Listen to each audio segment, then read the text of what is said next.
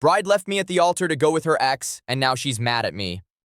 Let me take you back to where this nightmare started. 2 weeks before what should have been the happiest day of my life, I woke up like any other morning, rolled over. Her side of the bed was empty. At first, I didn't think much of it. Maybe she went for a run. Maybe she had an early errand. Normal stuff, but then I got up, brushed my teeth, looked at her side of the bathroom, untouched. She hadn't been here since last night. That's when the knot in my stomach started forming. I tried calling her, straight to voicemail. I texted her, hey, where are you? Woke up and you weren't home. No response. Hours passed. The panic started creeping in. Mia always kept me updated. If she went somewhere, she'd at least send a text. By the afternoon, her phone was still off and I was spiraling. My mind was racing. Was she okay? Did something happen to her? I called her family. Figured maybe she went there. Her mom didn't know where she was, and she sounded just as worried as I was. Her dad said she didn't mention anything about leaving. That's when I really started to freak out. If her own parents didn't know where she was, this wasn't just some small misunderstanding. Next, I reached out to her friends. No one responded. Some of them left me on read, which pissed me off even more. They were always chatty when we'd go out to dinner or parties. But now, sudden radio silence. I was losing it. By nighttime, I was pacing around the living room. Should I call the police? What if something bad had happened? I barely slept that night. My phone was glued to my hand. Every time a notification popped up, my heart would leap. But it was never her. Around 4 a.m., completely exhausted, I opened Instagram out of habit, started scrolling. Then I saw it, a group of her college friends at some bar, laughing, drinks in hand, and there she was, front and center, smiling like she didn't have a care in the world. My stomach dropped. I stared at the photo, hoping I was wrong, but it was her. The bar was tagged in the post. Out of curiosity, I tapped it. Spain. Spain. My fiancé, the person I was supposed to marry in 2 weeks, had boarded a plane and flew halfway across the world without telling me. I felt like my brain couldn't process it. This wasn't real. It couldn't be. But there she was, smiling, with her friends, like everything was fine. No message. No call. No explanation. Nothing. I was furious. I mean, who does that? How do you just disappear without saying a word to your partner? I texted her immediately. I know where you are. You better get on the next flight home or this wedding is canceled. I didn't even care if it sounded harsh. What else was I supposed to say? I fired off a follow-up message telling her how disappointed I was, but of course she didn't respond. Her phone was still off. I ended up staring at the ceiling for hours, replaying every moment of our relationship in my head, trying to figure out how we got here. The next day, her parents called again, asked if I'd heard from her. When I explained what I found, they were just as shocked as I was. Spain? Her mom asked, sounding like she was about to cry. Her dad muttered something about damn friends under his breath. They promised to try and contact her. But I wasn't holding my breath. At this point, I wasn't even sad anymore. I was just angry. The love of my life, the person I thought I knew, had chosen to party with her friends in another country instead of being here with me. It wasn't even about the wedding anymore. It was about respect. That night, she finally called. Her voice was calm, like nothing had happened. Hey, she said casually, as if we weren't on the verge of a massive fight. I didn't even let her finish her sentence before I unloaded. Do you have any idea what you've done? I said, my voice shaking. You disappeared. I thought something happened to you. Do you know how scared I was? She sighed, annoyed, like I was being dramatic. It's not that big of a deal, she said. Not that big of a deal. I couldn't believe what I was hearing. She went on to explain that her college friends had been planning this surprise trip for months. They only told her about it last week. Everything was already booked and paid for. She didn't want to go at first, she claimed, but they insisted. They didn't want to waste the money. I asked her why she didn't tell me. Because I knew you'd overreact, she said. I wanted to go. I deserved it. I haven't had a trip with my friends in years. Overreact. I didn't even know what to say to that. I was too stunned to yell. I asked her straight up, what about our wedding? Did you think about that? She brushed it off. I'll be back before then. It's just 2 weeks. Relax. Relax. That word set me off. If you don't come back tomorrow, I said, there won't be a wedding to come back to. Her response, I already told you I'm staying. Deal with it. And then she hung up. I'm not proud of what I did next, but I spent the rest of the night wallowing in my anger. Every time I thought about her sitting in a bar in Spain, laughing it up while I was here cleaning up her mess, my blood boiled. That's when I made the decision. I wasn't waiting for her to come back. I was canceling the wedding. She wanted to party? Fine. She could party all she wanted, but she wasn't going to party her way back into my life. The morning after that awful phone call, I woke up feeling empty. I barely slept, replaying our conversation over and over in my head. I kept thinking, how did it come to this? Just a few days ago, we were picking out cake flavors and finalizing the guest list. Now I was staring at the ceiling, trying to convince myself this whole thing wasn't a nightmare. When I finally dragged myself out of bed, the first thing I did was check my phone. No texts, no missed calls, no apology. She wasn't going to reach out. I think deep down I already knew that. I started scrolling through Instagram again, even though it felt like punching myself in the face. More photos, more stories. She was on some beach this time, drink in hand, arm around one of her friends. She looked so happy. I wasn't even jealous at that point. I was just angry. It wasn't just that she was partying while I was losing my mind. It was that she didn't seem to care. Not about me. Not about us. I decided I wasn't going to sit around waiting for her to come to her senses. The first thing I did was text the wedding planner. "We need to talk," I wrote. It felt surreal typing those words, like I was talking about someone else's wedding. She responded almost immediately, probably assuming I had some last-minute change to the seating arrangement. Little did she know. Next, I drafted a message to our guests. I stared at it for what felt like an eternity, rewriting the words in my head before finally typing it out. "Hey everyone, I wanted to let you know that the wedding is canceled. Please don't contact me about this right now. I need time to process everything. Thanks for understanding. I didn't explain. I didn't feel like I owed anyone else more than that." As soon as I hit send, the messages started flooding in. Most were supportive. "I'm so sorry to hear this, or let me know if you need anything." But some people wanted details. "What happened?" they asked. "Are you okay?" I ignored them. I wasn't ready to talk about it. By the afternoon, word had spread. Her parents called, voices shaking with confusion. "What's going on?" her mom asked. "Why are people saying the wedding is canceled?" I explained everything, from the moment she disappeared to that awful phone call. I told them about the texts, the Instagram posts, the blatant disregard for what we'd built together. Her mom cried. Her dad didn't say much, just muttered something about her needing to grow up. They promised to try and reach her, but I wasn't holding my breath. If she didn't listen to me, why would she listen to them? That night, she called again. This time, I let it ring. I wasn't in the mood to hear her excuses. She texted instead, "Please answer. I just want to talk." I didn't respond. The next day, I started making the hard calls, canceling the venue, the photographer, the florist. I thought it would hurt more, but honestly it was cathartic. Every cancellation felt like I was taking back a little bit of control. I wasn't gonna let her actions dictate my life anymore. The wedding planner was understanding. "I'm sorry to hear this," she said. "Let me know if there's anything I can do." The vendors weren't as kind. Some charged heavy cancellation fees, which stung, but I figured I'd deal with that later. By the time I was done, the only thing left to do was pack up her stuff. I couldn't stand looking at it. So I shoved everything into boxes as fast as I could. Her clothes, her books, even the stupid little knickknacks she insisted on keeping on the coffee table. Everything went into the guest room, out of sight, out of mind, right? That night, her parents called again. It finally reached her, they said. She was upset. She wanted to come home. "Give her a chance to explain," her mom begged. "She loves you, but love wasn't enough. If she loved me, she wouldn't have done this in the first place." "She can come home," I said, my voice cold. "But she's not coming home to me." She showed up 2 days later. I saw her car pull into the driveway, her suitcase in the trunk. I didn't even open the door. She knocked and knocked, calling my name. "Please, let's talk," she shouted. "We can fix this." Her voice cracked. For a moment, I almost caved. Almost. But then I remembered the phone call, her laugh in the Instagram stories, the way she told me to deal with it. "I already told you," I said through the door. "The wedding is canceled. You made your choice." She started crying then. Loud, messy sobs that echoed through the door. It hurt to hear her like that, but I couldn't let her in, not after everything. Eventually, she left. I watched her drive away, tears streaming down her face. It felt like a weight had been lifted off my shoulders, but also like a part of me had been ripped out. That night, I got another flood of messages. Her friends, her family, even some of our mutual friends. "She's so sorry," they said. "You need to talk to her." But I couldn't. Not yet. Maybe not ever. After Mia left that day, the reality of what I'd done started to sink in. The wedding wasn't on hold, it was canceled, done, and so was our relationship. At first, I felt this weird kind of relief, like I'd finally made a decision and didn't have to keep agonizing over it. But that relief didn't last long. Everywhere I turned, there were reminders of her. The stupid little magnets she collected from every trip we took, her favorite mug still in the sink, the framed photo of us at her cousin's wedding last year, where everyone kept saying we looked like the perfect couple. It was like the apartment was mocking me. I thought about packing everything up and dropping it off at her parents' house. But even the idea of seeing her mom's face made my stomach turn.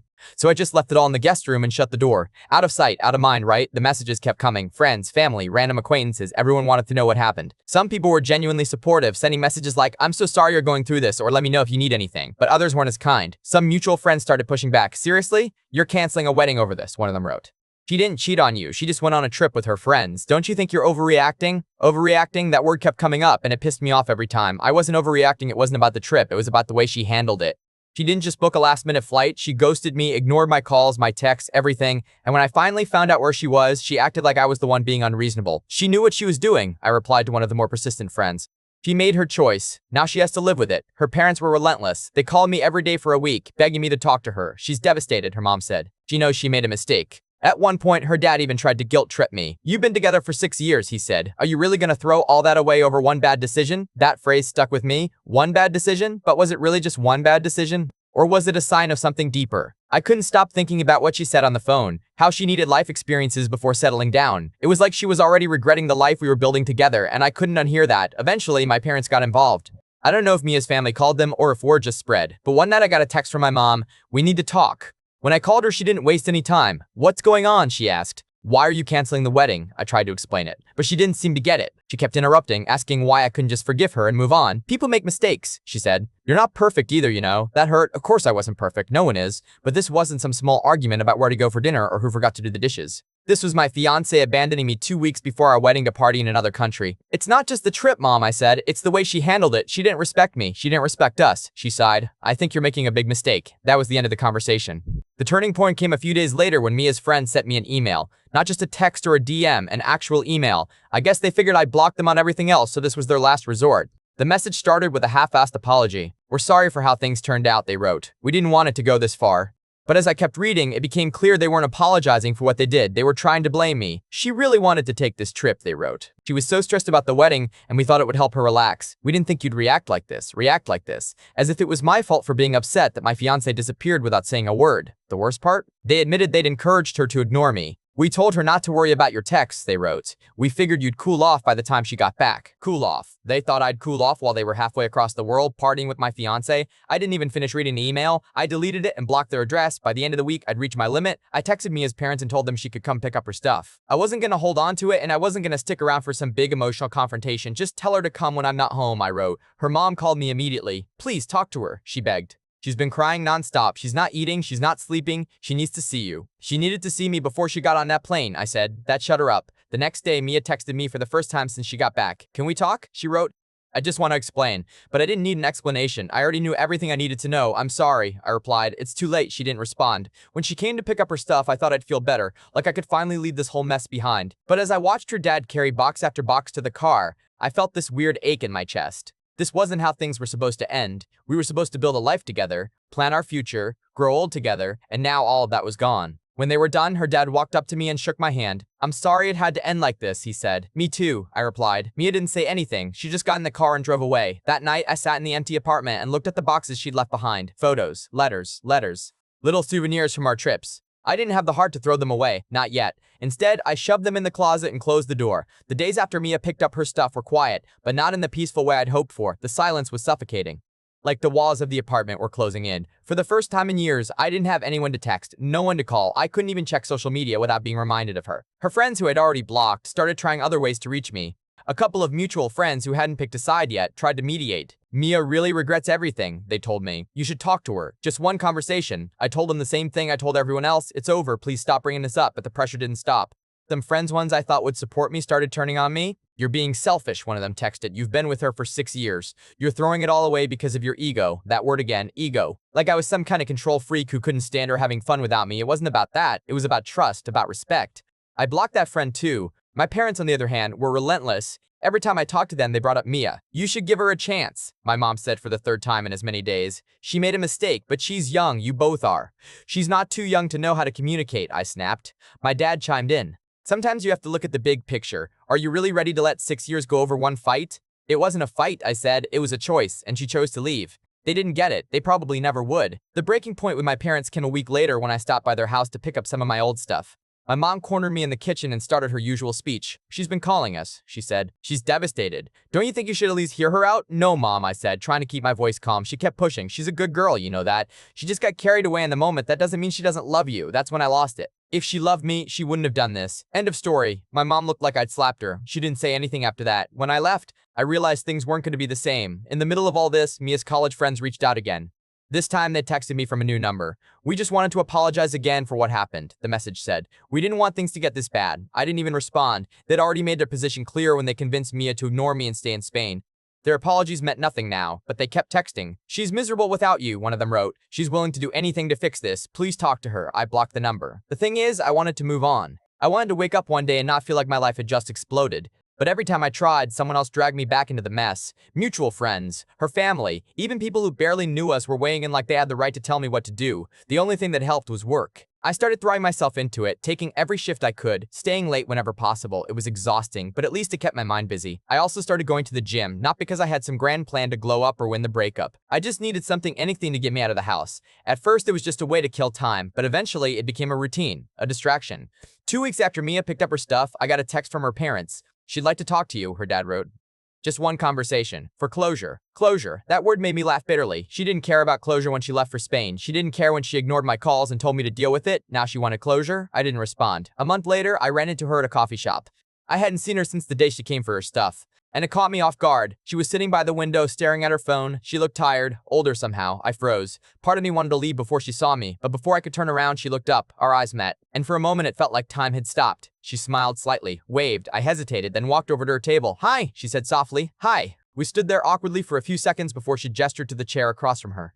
"Do you want to sit?" I did. We didn't talk about the wedding or the trip or any of the things that had torn us apart. Instead, we made small talk. She told me about her new job. I told her about mine. It was polite, almost distant, like we were old acquaintances catching up. When I finally left, I felt strange. Not sad exactly, just empty. That encounter made me realize something. I was never going to get the closure I wanted, not from her, not from anyone. The only way to move forward was to accept that some things don't make sense and some wounds don't heal cleanly. So that's what I've been trying to do. After that encounter with Mia at the coffee shop, I thought a lot about her. Not in a maybe we'll get back together kind of way, more like trying to make sense of the last 6 years. What went wrong? Could I have done something different? Was I too harsh? Too inflexible? Those questions haunted me. I'd replay everything in my head late at night when the apartment was too quiet, the way she laughed when we first met in college, how we'd stay up all night talking about our dreams, how sure we were about our future together. 6 years of memories. And yet here we were, strangers now? I started therapy about 3 months after the breakup. A good friend, one of the few who'd supported me through all of this, suggested it. At first, I didn't think I needed it. "I'm fine," I told him. "I just need time." But time wasn't helping. Every time I felt like I was moving forward, something dragged me back. A memory. A text from someone who didn't know the wedding was canceled. Even a random song on the radio. It was exhausting. The first therapy session was awkward. I didn't know where to start. Though I just blurted it out. I was supposed to get married, but I canceled it. The therapist nodded and asked me to explain. As I talked, all the anger, confusion, and guilt I'd been holding back came pouring out. By the end of the session, I felt like I'd run a marathon. Therapy didn't fix everything overnight, but it helped me unpack a lot of things I didn't even realize I was carrying. I started to see how much of my anger wasn't just about the trip, it was about deeper issues. The way Mia had handled things showed me how differently we viewed our relationship. To me, marriage was a partnership. To her, it seemed like something she was doing because it was expected of her. The therapist asked me a question that stuck with me. If this hadn't happened, do you think you would have noticed these differences later? I thought about that a lot. Maybe the wedding would have gone ahead, and we would have spent years together before realizing we weren't on the same page. Maybe it was better that it ended now, even if it hurt like hell. I started focusing more on myself. I wasn't just going to the gym anymore. I was setting goals. I started running in the morning, something I'd never done before. I signed up for a cooking class because I was tired of eating takeout every night. Work became my safe space. I threw myself into projects, volunteered for extra assignments, even got a small promotion after a few months. My coworkers joked that I was turning into a workaholic, but I didn't care. It was better than sitting at home wallowing. Mia texted me once. About 6 months after the breakup, it was short. "I hope you're doing well." I stared at the message for a long time, not knowing how to respond. Part of me wanted to ignore it, but another part wanted to reply, not to rekindle anything, just to I don't know acknowledge the time we spent together. In the end, I replied, "I am. I hope you are too." She didn't respond, and I was fine with that. My parents and I still didn't talk much. They'd been so wrapped up in the idea of Mia and me as the perfect couple that they couldn't see how toxic things had become by the end. Every time I tried to explain, they'd brush it off like I was being stubborn or dramatic. It hurt, but I decided I couldn't keep looking for their approval. I started spending holidays with friends instead of family, and honestly, it was better that way. 1 year after the wedding that never was, I realized I felt lighter, not happy, exactly, but not weighed down by everything that had happened anymore. I wasn't angry. I wasn't replaying our conversations in my head. I wasn't wondering if I'd made the right decision. I saw Mia one more time at a mutual friend's wedding. She was there with someone new, and so was I. We exchanged polite smiles from across the room, but neither of us approached the other. Later that night, as I was dancing with my date, I realized I wasn't sad. I wasn't jealous. I felt nothing. It was over. Looking back now, I think canceling the wedding was the best decision I ever made. It was painful, messy, absolutely heartbreaking. But it forced me to confront things I might have otherwise ignored. I learned a lot about myself over the last year. I learned to set boundaries, to stand up for what I need in a relationship. I learned that it's okay to walk away from something even if you've invested years in it, if it's no longer serving you. Most importantly, I learned that sometimes letting go is the only way to move forward. I got my life back, but I lost my naivety. My apartment is quiet now. I don't check Instagram anymore. I don't wait for texts that won't come. Her number is still saved in my phone, but I'll never use it. The wedding planner kept the deposit. The venue charged me in full. I'm still paying off some of those cancellation fees.